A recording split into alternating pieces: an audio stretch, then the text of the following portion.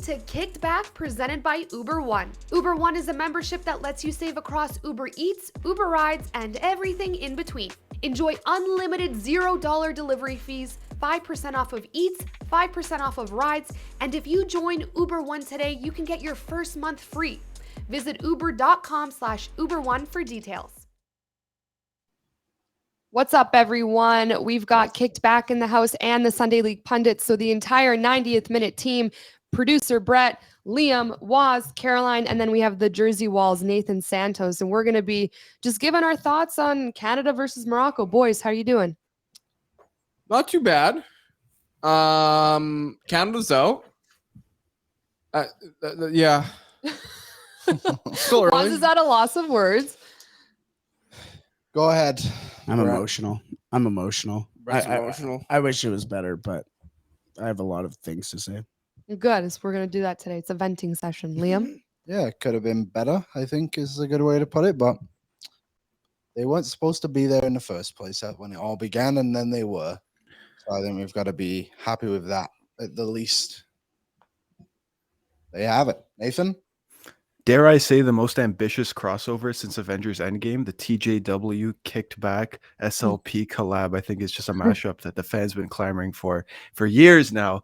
And so it feels good to be here, joining everybody, seeing everybody. Guys, hi. I too, on this coast of Canada, am not any happier. I think that it's very disappointing what we saw today, but I think there are promising takeaways. So if we want to lean into the venting session first before we get into the positives, I'm more than happy to oblige. Yeah, this is how I feel. I mean, we qualified for the World Cup for the first time in 36 years. We scored our first World Cup goal ever. We didn't win a World Cup game, so that still has yet to be done. I think the biggest positive for me in this entire World Cup picture for Canada is they went into each game, and I really do feel like each player gave it their best. And I also really like this picture for the youth soccer programs all across Canada and what it meant for the developmental leagues. I can only imagine what it's like for these young boys watching Alphonso Davies play on a World Cup stage and others, and now dream about it being them, because that's how I felt when I was a young girl watching Cara Lang and Christine Sinclair and Brittany Timko all do that at the World Cup. So I think that this is an amazing picture for men's soccer or football in Canada, and I think that there's a lot of takeaways, and I don't always think that's a bad thing. I think that today wasn't the best game by any means by Canada, but there's learning curves and lessons to be learned, and they have 4 years to now tackle that. And we have to bring our A game in 2026. But the good news is we now have World Cup experience. So that's where I'm at. Go ahead, Liam. Yeah, I guess I don't really have much else to expand on it. I think as a whole, it's a very positive experience for Canada. They went and scored more goals than Belgium and Denmark in the World Cup, which is pretty cool. I think the flaws on this team was something almost expected, I guess, like defensively. But overall, like John Herdman kind of said in an interview yesterday, that he's got to build the foundation of this program and trying to put layers on it all now. So, yeah, I think we'll be fine in 4 years, and it'll be an interesting run now that we don't have qualification to go through. So, for mine, I don't know. It still hasn't really fully set in. I'm kind of on the board where I'm happy we made it. I'm happy we gave it our all. It's weird. It's weird to be sitting here and thinking, oh, Canada's out. I'm just kind of more so reminiscing on our journey getting here and all the fun memories that we created. And, like 2 years ago, people didn't expect Canada to top CONCACAF. 2 years ago, people didn't expect us to be in an absolute group of death where Belgium also gets knocked out, right? Like, so many things happen in this group that some people didn't anticipate. We should be proud of the Canadians that got us to this point, because, like, first World Cup in 36 years. I know I've been hammering that point, but it's a fact that it's a lot of good experience taken away from this game, from this tournament. We learned a lot about our national team and our players. That, fair play to Croatia, who gave it what they needed to do in Morocco. And I'm just proud of the Canadian team that got us here. It's pretty impressive. Well, we get to talk about this, and that's the thing. Yeah. Like, we get to talk about Canada at the World Cup, and it's a beautiful thing. And I think you're right, Caroline, that the next generation are going to grow up wishing their Alfonso Davies, Tayshaun Buchanan. Richie Larea Right. got into it. Kamal Miller, I Mhm. think, has been a fantastic name. Alistair Johnston, too. And we are able to have all these players now who eventually will make their way to Europe. But I don't know. It's bittersweet because I think we got the short end of the stick more often than not. And it's unfortunate. Yeah. But I think the amount of haters and love at the same time that we've got shows that we're here on the world stage now. Yeah. Yeah, Go I'd love ahead. to weigh on this, guys, if I get a chance here, because I think what's important to remember is that this only stings for us here and now, but it doesn't take away from the journey that went here, as you were alluding to, was. And also, the rest of the world isn't going to care. And I feel like that's a really important point of contention here for the Canadian side, because if the US doesn't make it out of their group, the world goes, ha, US didn't make it out of the group. Like, look at who they lost to, XYZ. Nobody outside of Canada would have expected Canada to make it out of this group. Nobody. And we clamored for it, knowing the run that we went on, saying, yeah, you know what? Quality wise, I don't think we're the best side in this group. But damn it, if we're not going to make it out, because if we don't say it, who will? I think that this team has been able to show the world, they can play. Like, they can play over there. And even though it didn't translate into any points this time, and that will sting and that'll stay with us for a long, long time, that we want to build off of basically the performances that we saw here. We understand that the building blocks and the foundation will be laid by reinforcing the spine of the team, thus enabling some of our best players to shine on a bigger stage. But ultimately, I think it bodes really well for this program that Canadian fans will be disappointed that nothing could have happened more, but it'll help the casual Canadian viewer understand the levels of the game, that Croatia, even though they're past their peak, are still that side with the best midfield in the competition, arguably. That Morocco, just because you don't have as much exposure doesn't mean that they're not just as good as everybody else. And that Canada could take it to Belgium. I think that the positives will be remembered more so than the negatives, because there was really no pressure on Canada outside of Canadian media to succeed or really achieve anything. I think if you asked objectively any person from any other part of the world, where do you have Canada finishing? They probably would have said, oh, they're going to lose all 3 games. Yeah.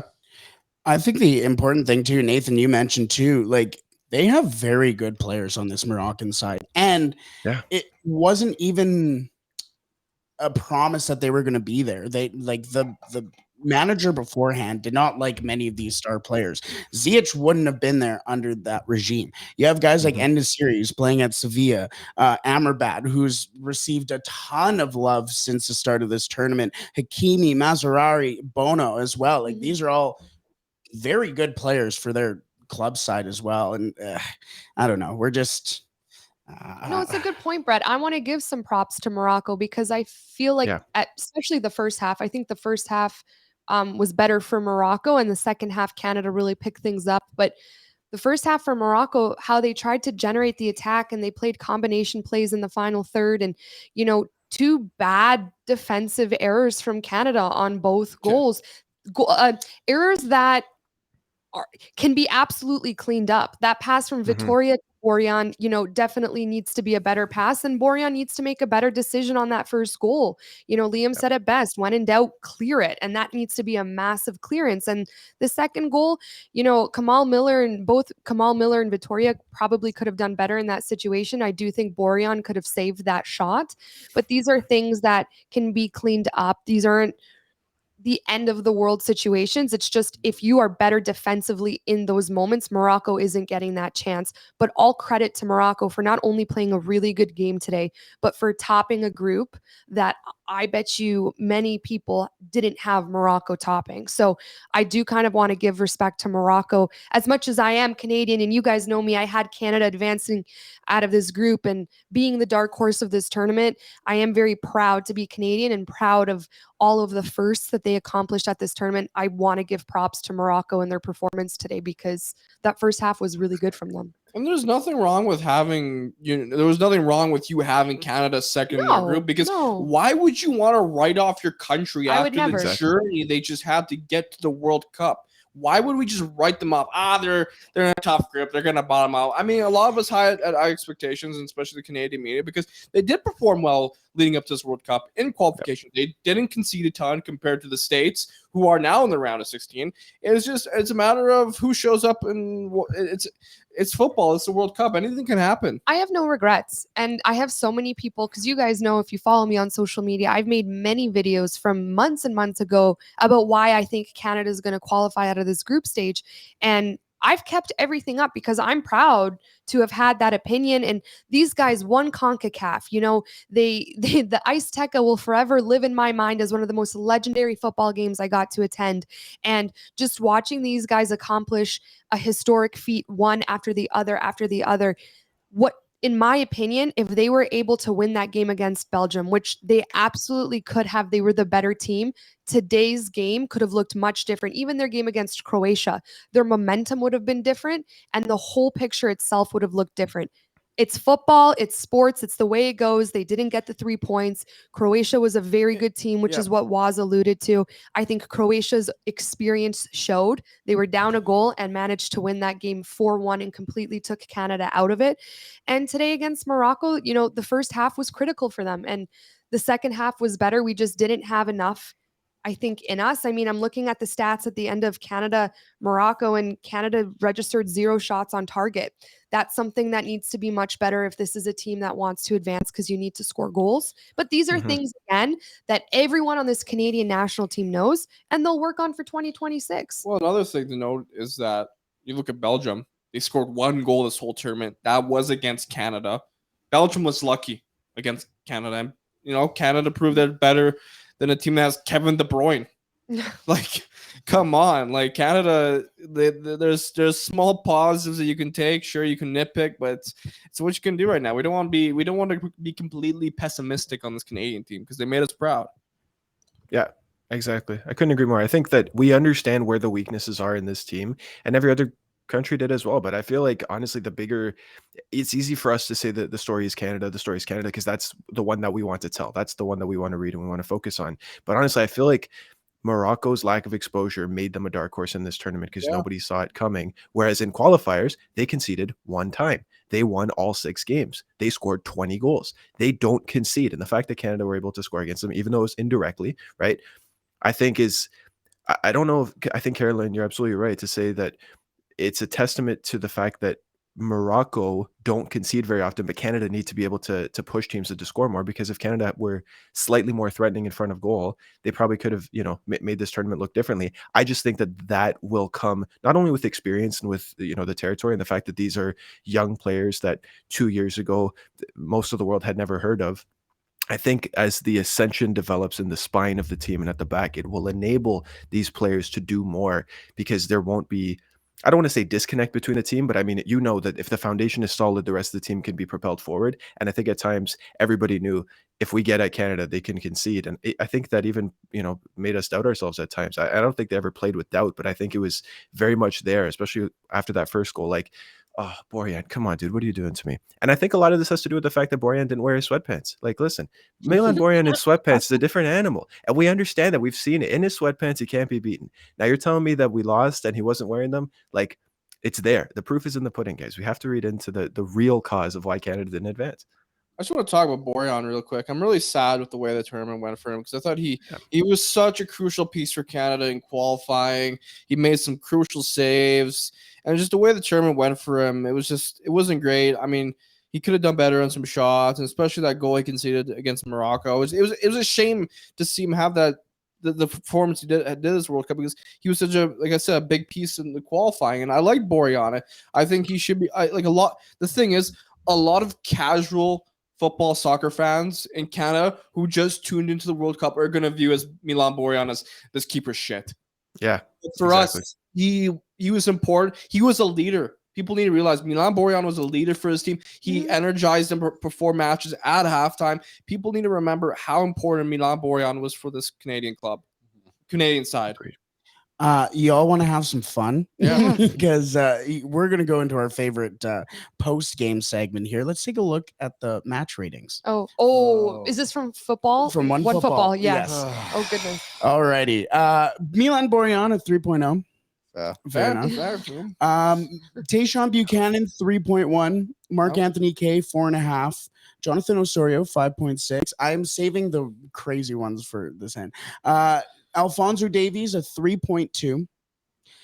And now we're going to get interesting. Sam Adekubi is 6.1. Yeah, Okay, that's good. fair. Kamal Miller, 7.6. Really? Steven Vittoria, 7.2 with the yellow card. Alistair Johnston got a 7.2 as well. Shout out Alistair Johnston. Atiba Hutchison, an 8. I'm convinced they don't watch. I'm convinced it's like clickbait, controversy, you know. I mean, How about I go to my favorite app, Foot Mob? Me too. Plug the Sounds FUT mob. Let's run it up. You and me, Waz. FUT mob against the on the world. phone. Let's get a partnership Yeah. going on with Quick it. shout Let's do out.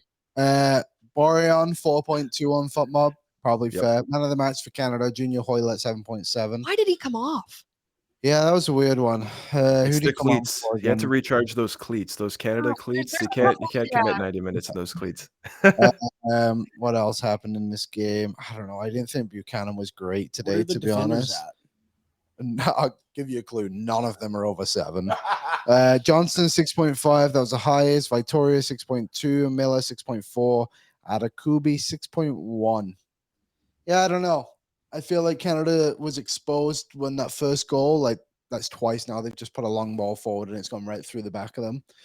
It's obviously an area they want to get better at. I guess to Miller's credit, I think he's a really good one-on-one defender. Yeah. But when you actually try and get by him, it's quite easy to get by him, I guess you could say. But he makes it hard initially. So, but I think that's just, we kind of mentioned it. Like the weaknesses on this team were fairly obvious. I was expecting them to probably score a few more goals than they did.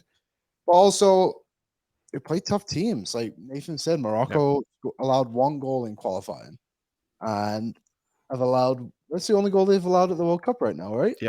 They might be Yeah. the most underrated team at the tournament, honestly. Like people, I don't think we're shouting dark horses for them because I feel like sometimes we look at dark horses as who can we see coming, who could be an upset. But I don't think anybody saw Morocco coming just due to the lack of exposure. They just kind of flew by in their qualifiers, came up and tore it up. How do you watch African teams, Nathan? Where do you How watch? do I Yeah, don't How know. do you know this stuff? It's just all my We're the research, dark horse. man. We're the real dark horse here. Yeah. We're all here talking about Serbia, Denmark, Well, South Korea. Nathan comes in, Morocco. All of a sudden, Yeah. the group tells us how good Tunisia is, as long with Brett, and now here we are. So what's the You know what it secret? is? I'll tell you. Okay, so here's the thing. Get 75 jerseys. Watch every damn game from every damn weekend of every damn sport. And then you go in saying, yeah, you know what? Morocco have this like low-key, sneaky good team because it's just, you just do the research for them and look at what their strengths are and how they were able to do what they did at the time, and then what the weaknesses are of their opposition. I think everything that played out in this group went almost exactly as expected, except for Canada didn't beat Belgium, which is exactly what I thought would happen. But ultimately, this group lined up pretty well how my brain had it going, just because like we know how good Croatia's midfield are, and we know that Croatia's midfield will win them games. That's always going to be true. We know that Morocco press high and force you to make mistakes. That's true. That's what happens. We know that Belgium are horribly imbalanced and super old. That's true. Like these are just things that are accurate about it, and then we can kind of predict what's the likeliest outcome. And sometimes that is not at all what happens. Sometimes the likeliest outcome is out the window. But when it does, it's not a hot take. It's like, no, of course that was going to happen. But I rate Morocco. I like them. Well, your point, Nathan, to Morocco not getting a lot of exposure is why I had Canada as a dark horse. Because I said, although Canada doesn't have experience at all, this is a team that people will not know what it's like to play them. Like they don't necessarily, outside of Alphonso Davies, you don't know about Jonathan David necessarily unless you watch him play at Lille or Club Brugge for Buchanan and Larin and Alistair Johnston, you know, at the Impact. Like you don't know about these guys.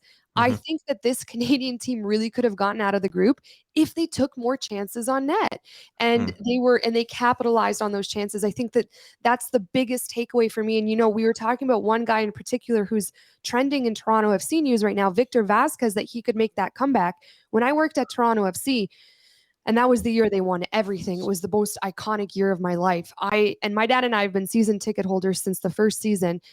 Watching Victor Vasquez play, I've always thought Michael Bradley's kind of that quarterback of Toronto FC, especially in his prime. He was such a solid player for me to watch. But Victor Vasquez, that season for me was MVP because he was so critical in generating that attack for Toronto FC and being creative and finding those outlets from Michael Bradley to, you know, Sebastian Javinko or a Josie Altidore. And that's what Canada's missing. Like, we have the Eustáquio, that rock in the midfield, but who's that Yeah. creative midfield outlet who's going to thread the ball through to a Kyle Larin or a Jonathan David? Who's going to be that guy who takes complete control of the middle of the pitch? And Iniesta, we don't have someone like that. And I think that once we have that player, it's going to be so much easier to get those shots on target and score those goals. But I think that that's doable in 4 years. Think about these young guys in Canada right now who are playing competitive football, competitive soccer, who are probably in MLS and saying, holy shit, this could be me in 4 years when we host the World Cup. That's what I want to react to. Can I react to this first? Yeah, sure. Is that all right? Just because I think Ismail Kone is part of that. And I think I part of it is agree. the fact You're saying that as a nobody knew who he was. Yeah. Like, this dude is just, like, a year ago, nobody knew he existed. He just kind of spawned. And I think that his ability to play through the lines and just be so good on the ball as like a tall, technically gifted player is outstanding. I think if Canada were to get, like, I don't even think that the next one to look at is a player who can break the lines like that, because I think we have him. In 4 years from now, he's going to be just a baller with Eustáquio. And I think Eustáquio is Xabi Alonso 2.0. I think that's like who he reminds me of. He just sets the tempo, the ball finds him. 2.0. The next gen. This is what it is, but we reinvented it. If he came up and he was Spanish, he'd be Xabi Alonso, the Canadian Xabi Alonso, the Portuguese Xabi Alonso. I think if we have somebody who's a little bit more robust and physical and can move and can defend really well and is tactically intelligent from the 6th spot, and we have a midfield 3 of Ismail Kone and Stefan Eustáquio, and then whoever that dude is, that will just unlock new levels of what this midfield can be to try to create those exact chances that you were talking about. And if we're going to make this a Toronto FC podcast, oh, don't get me started on this. Can I kind of shift focus a little bit here? Yeah. And that's on Alphonso Davies. And that's because he's getting a little bit of... Before we get into that really quickly, I have a quick question just on Morocco's before we get too far away from it. So Ziyech and that other guy from Bayern Munich didn't play for Morocco in qualifying, right, Nathan?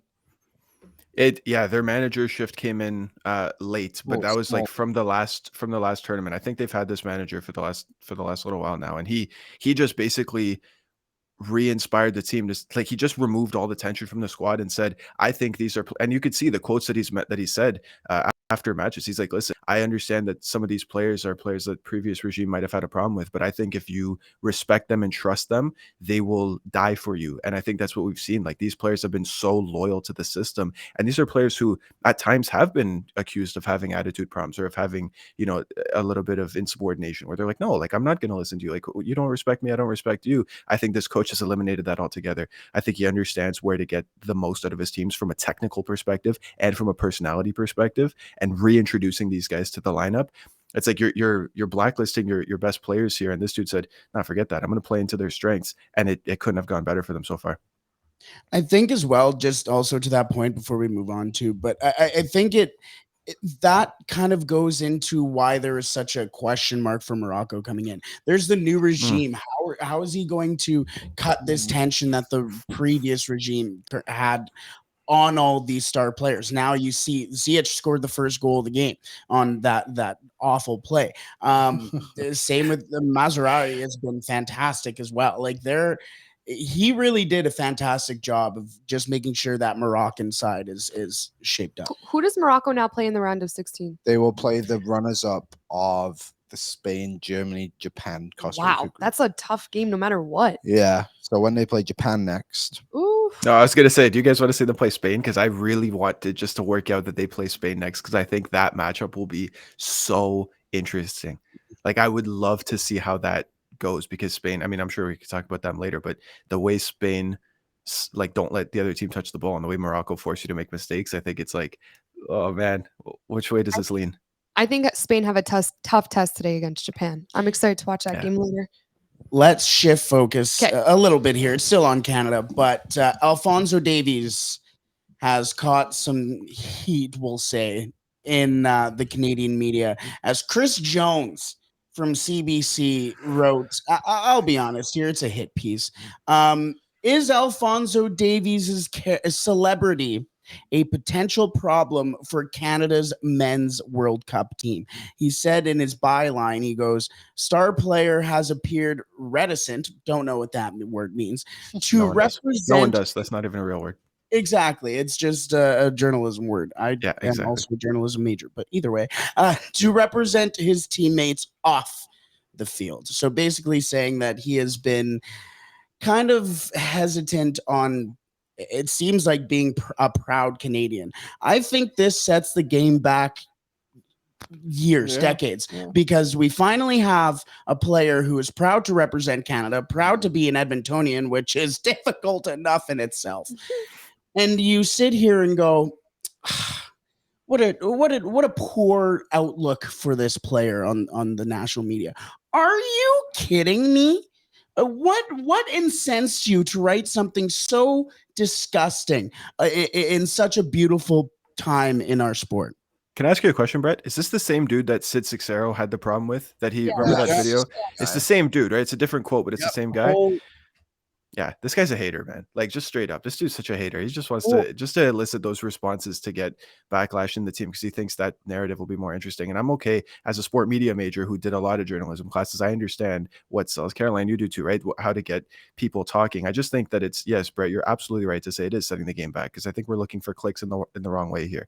I think it's easier to get people to engage with something criticism wise than it is support wise, but that's not an excuse for why it should be done because I think you're right. He's been a wonderful representative for this nation, and it's, you know, the fact that the program at times turns their back on the team and then he says, okay, well, I have to be at your will, cover it when you're interested in it, but when you're not interested in it, then what, we get no exposure or no coverage?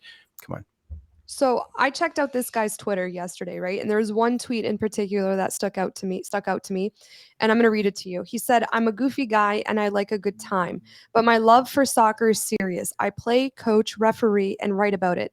And I don't want Canada to be getting waxed by Croatia in 20 years. Every detail counts. We have to start getting more things right." What was shocking to me is that he thinks that his article is some type of catalyst to getting things right, tearing down the face of Canada soccer, the best left back in the world. I saw something pop up on a TSN ticker saying that Alphonso Davies has the highest transfer window out of any left back in the entire world. That is our Canadian superstar who gives back every single time he's in Edmonton. The amount of time he works with youth programs here in Edmonton, the amount of energy he gives, money he gives to this city to help develop the youth, to give back because he knows how much it helped him to get to where he is in his career.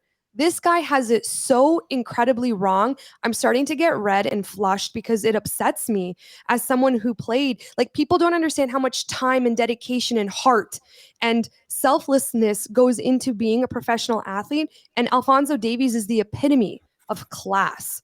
And for this guy to go and write some weird article about he wears earrings, who the fuck are you? Honest to God, who the fuck are you to comment about his earrings? It just makes no sense to me. And if he wants to start getting things right, that article was not it by any means. There are many conversations you can have as to why Canada could have done certain things better at the World Cup on the pitch. For sure. They had breakdowns. They had things that they need better, that they need to fix. Alphonso Davies is the guy that no one should be pointing fingers at. I'm sorry. I think it was an absolute wrong way to go about it. I understand media and clickbait and headlines sell. This was a terrible display of just, I don't want to say this, but journalism. I don't know his other work, and I don't want to come for him. Like, I'm not coming for him. I don't know him, so no hate. But just reading that one article is brutal in my opinion. The thing with Chris Jones, I've read other comments, people saying, "Oh, he's been a great journalist throughout his career." There's a Edmonton journalist that's probably looked up the name Steve Sandor. Liam, have you heard of him? Never heard of him. There you go. Well, no offense, Steve Sandor. Anyway, but Steve Sandor, he's done a lot for Edmonton soccer. He's covered it well, so credit to him. But one thing I don't like bashing on journalists and media members, but I didn't like when he said, "Keep yelling. I don't care. I care about 2026." But going after Alphonso Davies is going after anyone. Yeah, like why?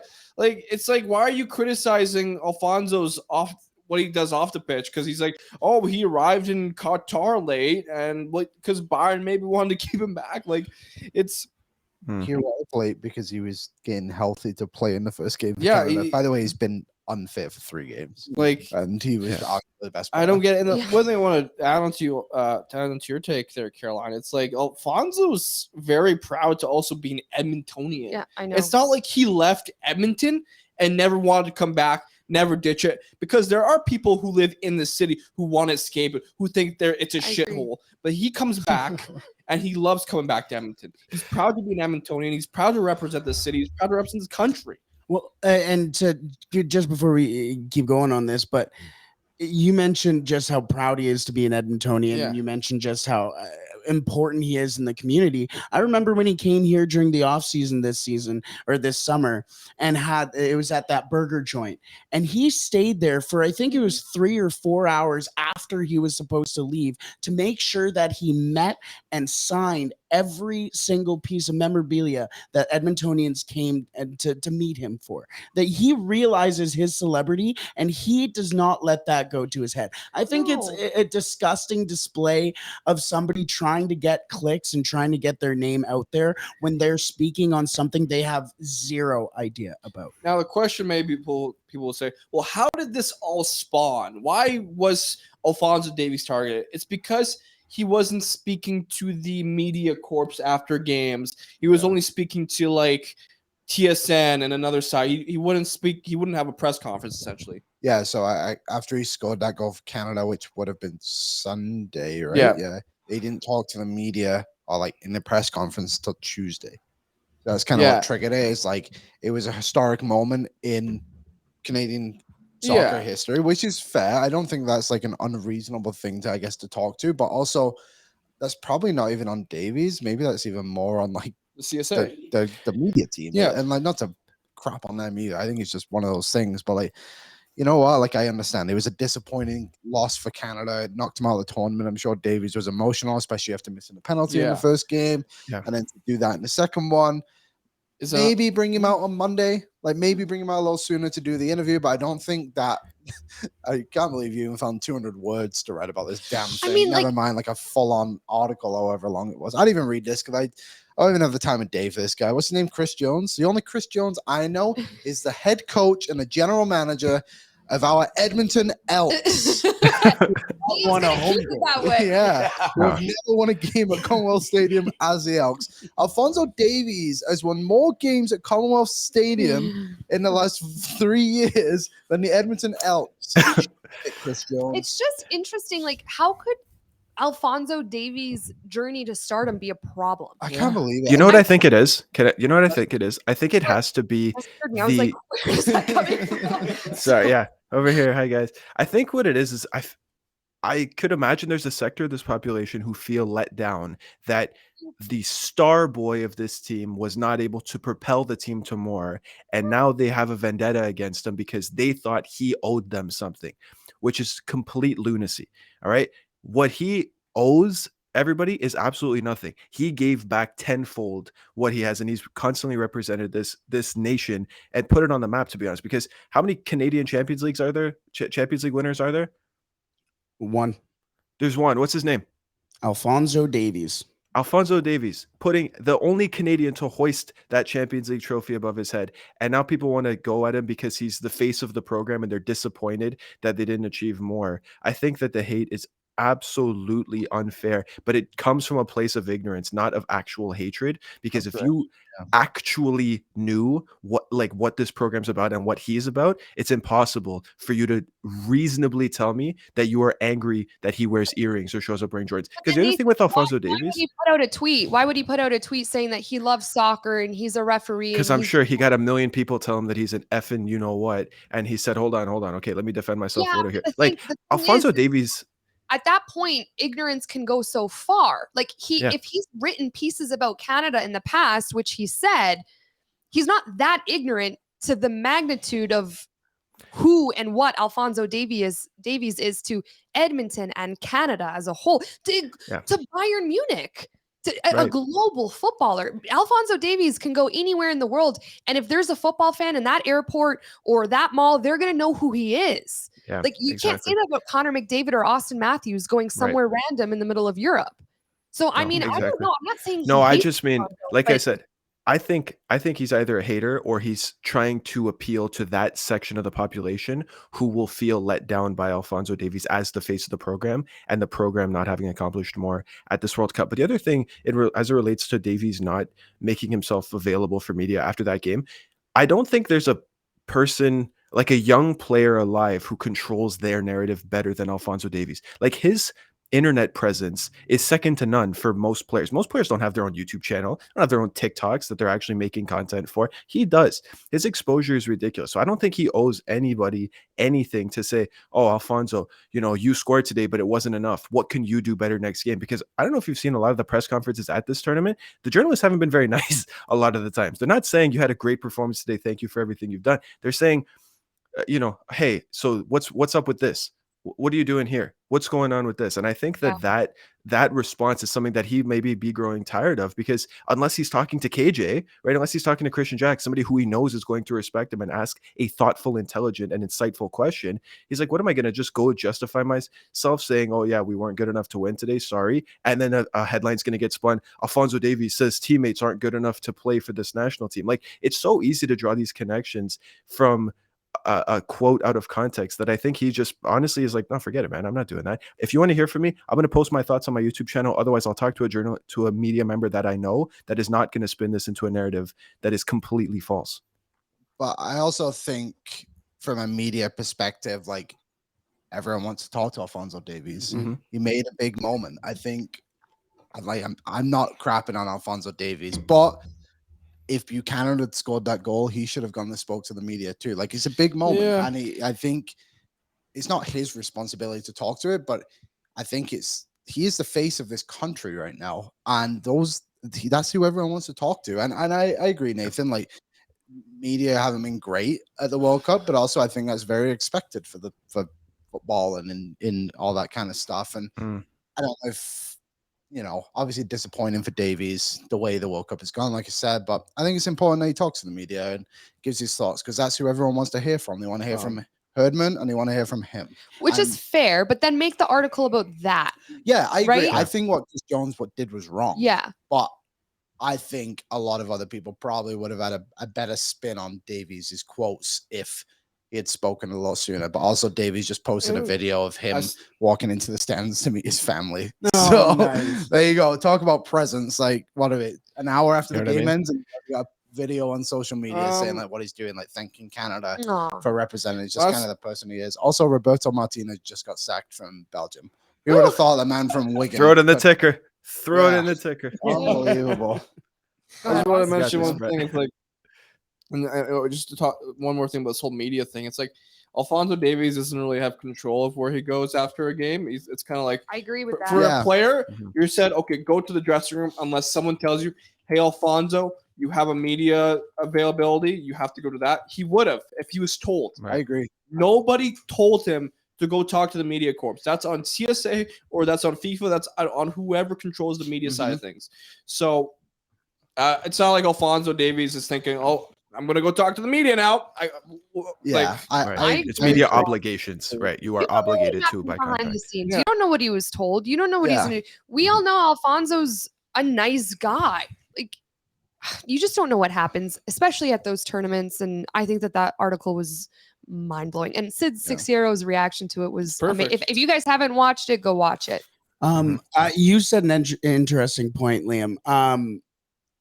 The international media only knows Alfonso Davies. They're not going out there and asking for a Milan Borjan. They're not going asking for a Sam Adekubi, a Mark Anthony Kay. They only know from Canada Alfonso Davies and maybe Jonathan David if they're lucky.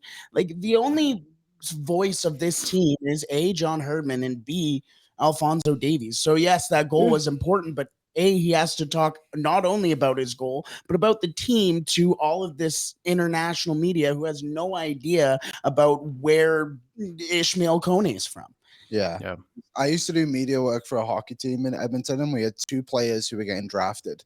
They weren't even the leading goal scorers on our team, and nobody wanted to talk to anybody but those 2 kids. And they hated every second of it, every time I had to ask them. So I'm sure that's the same thing that Davies has to go through. But I agree, like, this isn't it's not, Davies isn't the one standing there like, oh, I'm not doing it. Yeah. Like, someone's telling him or not telling him to do something. Yeah. But yeah, this guy's got us talking. That's for sure. That is led him to a conversation. If that was his job, then he's definitely done it. But I can't imagine that's gone over well for CBC and for even him. Like, is that something that, do you guys think that he'll be remembered for. And then That's the thing I wanted to mention as well. I hate to keep talking about something negative, but it's like he says, I care about 2026. Well, is anyone going to care about your work in 2026? Ooh. Drop Spicy that one. mic. Drop that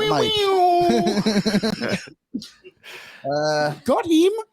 Do we want Yeah. to talk about anything else, guys? I guess the only question I had was, who is everyone's favorite player for Canada? Like, I've been trying to think about this. I feel like there was a lot of bright spots. Like, we had the Estacio nutmeg on De Bruyne. I thought he I was liked- phenomenal in the first game. Obviously, Davies got his goal in the second game. And then in the third game, things went better for Canada in the second half. This is the thing. It's easy to love Alfonso. So I always like to give someone else a little bit of love. Kamal Miller. I know he didn't have a great tournament at times, but I love the passion he brought, the fire, especially in that Belgium game. I thought, like you said, he's great one-on-one. I think that goal that Croatia scored in the second game, where Game was over. It could have happened to Yeah, anyone. yeah, Come on, could've. Miller. You get my thumbs up. There was a ward. I would also go Kamal Miller because of him shoving Modric to the ground. Love that An moment. absolute legend of the game. He stood over him, and while he was still on the ground, he goes, "Nah, bro." Woof. I loved it. Yeah, I love that moment. Caroline? Can I give 3 for 3 different reasons? Sure. If Top three, Estacio top three. played more, I think he would have been my guy, because I think he played incredibly well against Belgium. Agreed. And he was a difference maker. And I always pay attention to the midfield because I played there. But overall, I would say Davies, because he scored that iconic goal. And I always think that this guy has such leadership qualities and he's the guy for Canada. But if I have a sleeper pick, it's Richie Larea. And I wish he had more time today against Morocco. He's just such a disruptor on the pitch. And like I've said many times before on Kicked Back, that from the second I saw him play at Toronto FC, and I talked to Bill Manning about this at Toronto FC. I said he was an unbelievable player, and his story and his journey as to like how he got to where he is awesome. If you guys don't know it, please go read about it.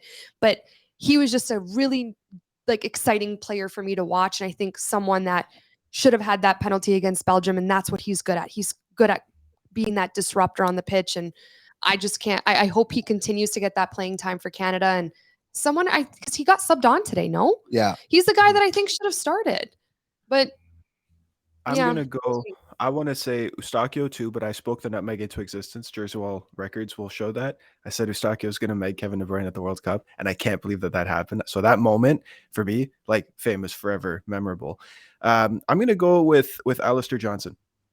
I think that Alistair Johnson is a perfect little microcosm of what the spirit of this team is, and I think he was able to put that on display at this tournament for large parts of it. His work ethic is unquestioned. He earned a move to Celtic after one game, and ultimately didn't have to be the most influential player to just show this is what Canada's all about. Same as Richie Larea, to be honest, right? It's just that I can't believe Johnson starts every minute of every game every single time for now 31 games in a row for Herdman.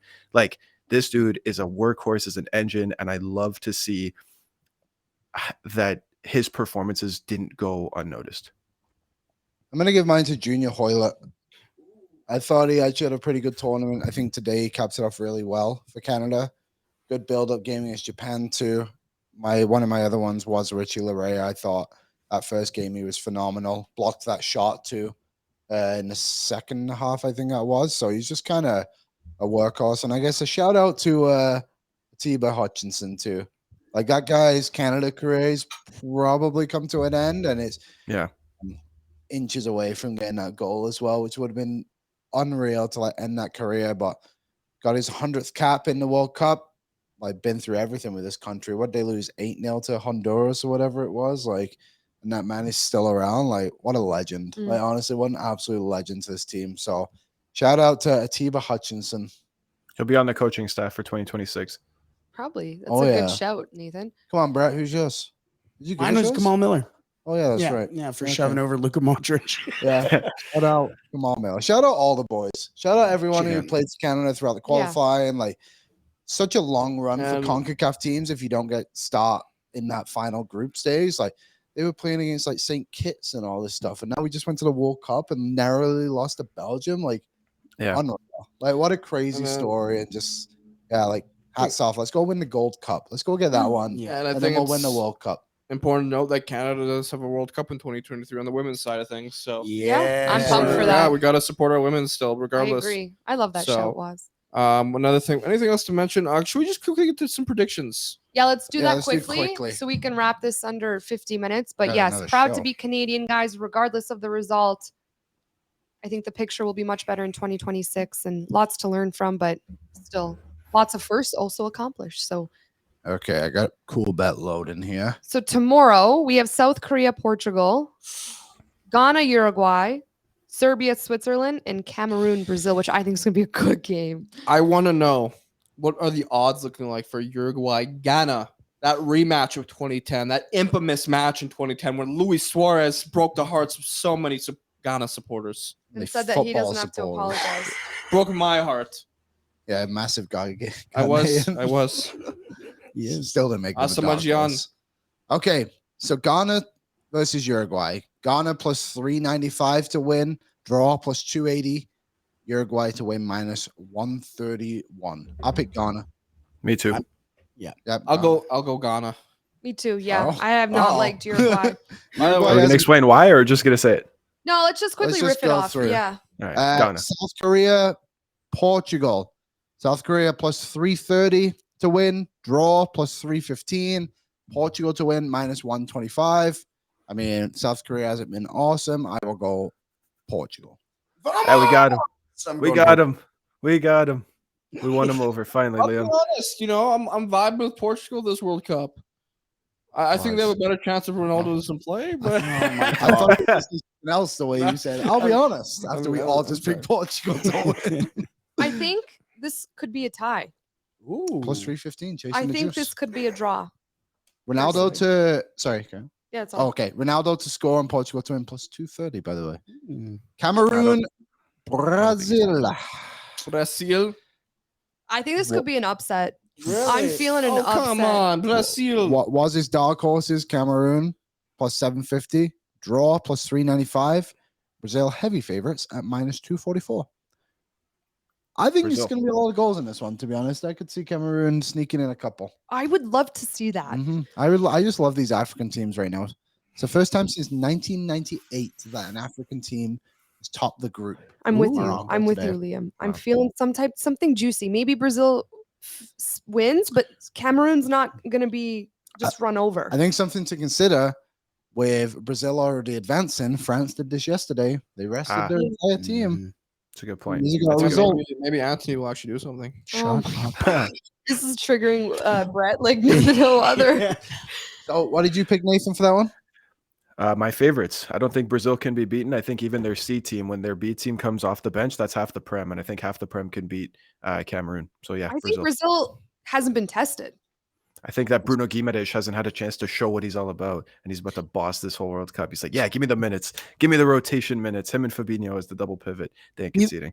He looked good in the game that he showed up in. I know who Chris Jones the isn't best. betting for, and that will be certainly not Brazil. They have too many earrings on their team. Chris Jones. Yeah. Can you imagine? I'm going Brazil, though. I am going Brazil. Yeah, Brazil probably squeak it out. Not squeak it out. I mean, they could win by a landslide if they wanted to. But I just, for some reason, I have the same feeling like I did with Australia, Denmark. There's a little bit of like a spicy feel to it. So we'll see. Last one, Serbia, Switzerland for the battle for second, essentially. Serbia plus 163 to win, draw plus 240, and Switzerland plus 182 to win. I think this will be the Yam Zama show. Oh, Zama. Yeah, that's how you say his name. Switzerland win 1-0. hot take. I'm going Serbia. Me too. Yeah. Me too, Brett. Yeah, I think Serbia, the fact that they're at the bottom of the group right now, they need to win. I think they're going to figure it out tomorrow. I'm gonna go Switzerland like 3-1. 3-1.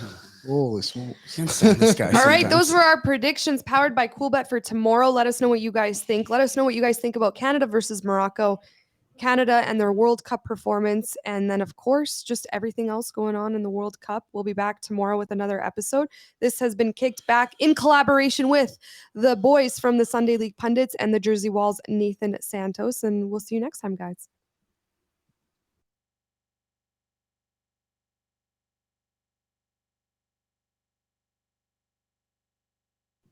Hey. All right.